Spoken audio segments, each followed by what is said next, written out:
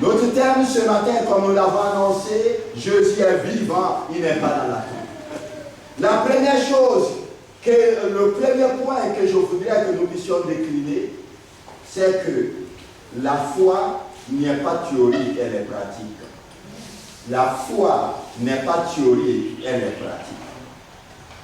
Jésus, avant sa mort, a eu le temps de parler à ses disciples, oui ou non. Il a clairement expliqué qu'il fallait qu'il se sacrifie, qu'il passe par la croix et qu'il ressusciterait le troisième jour. Et même dans nos études que nous sommes en train de faire sur WhatsApp, nous pouvons le voir. Malheureusement, on dit Amen, on dit oui, on accepte, mais ça ne rentre pas dans les profondeurs de notre être. Je vais dire à quelqu'un, la foi n'est pas théorique, la foi n'est pas parole seulement. La foi là, c'est beaucoup plus pratique. Et là, on va le voir à travers ce texte. Et quand vous regardez au verset 2 du chapitre 24 de Luc, elle trouvait que la pierre avait été roulée de devant le sépulcre. Et étant rentrée, elle ne trouvait pas le corps du Seigneur. Alléluia. Elle ne trouvait pas le corps du Seigneur. Mais le verset 4, comme elle ne savait qu'elle pensait de cela. Elle ne savait qu'elle pensait, parce que ce n'était pas rentré dans les airs que ce que Jésus avait dit allait se réaliser et pouvait se réaliser. Voilà pourquoi ce matin, j'aimerais te dire que Jésus est vivant. Jésus est vivant, la foi n'est pas théorique. Si la foi est théorique, elle devient une religion. Si elle devient une religion, elle entraîne la mort. Si elle entraîne la mort, elle entraîne la perdition. Si elle entraîne la perdition, c'est que c'est inutile de venir à l'église. Amen. Et que le nom du Seigneur soit glorifié. J'aimerais qu'on cherche une chose. La foi est beaucoup plus pratique. Voilà pourquoi nous disons que Christ n'est pas une religion. Christ est une vie. Peut-être que tu es dans une religion de maman, religion de papa.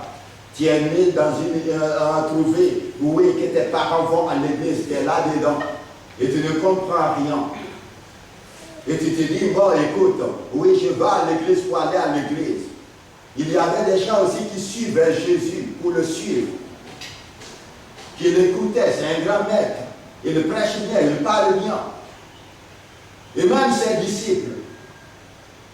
Et nous l'avons vu dans notre étude.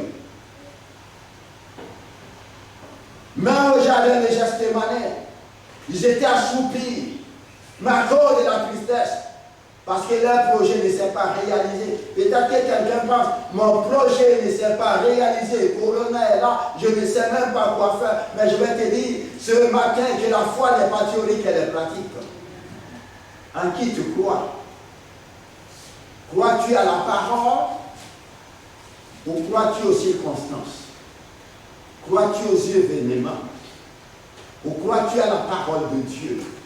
Les événements nous disent que Christ est à la croix. Les événements nous disent qu'il est parti à la tombe. Les événements nous disent que ces femmes-là, très tôt le matin, devaient apporter des aromates parce qu'elles croient que le corps de Jésus se trouve dans la tombe. Et c'est ça la foi, quand elle est théorique. La foi théorique laisse les choses à leur place. La foi théorique ne pense pas que les choses peuvent changer.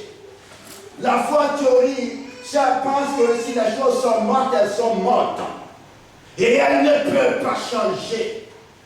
La foi théorique, c'est ça. Mais je vais dire à quelqu'un ce matin, la foi chrétienne n'est pas une foi théorique.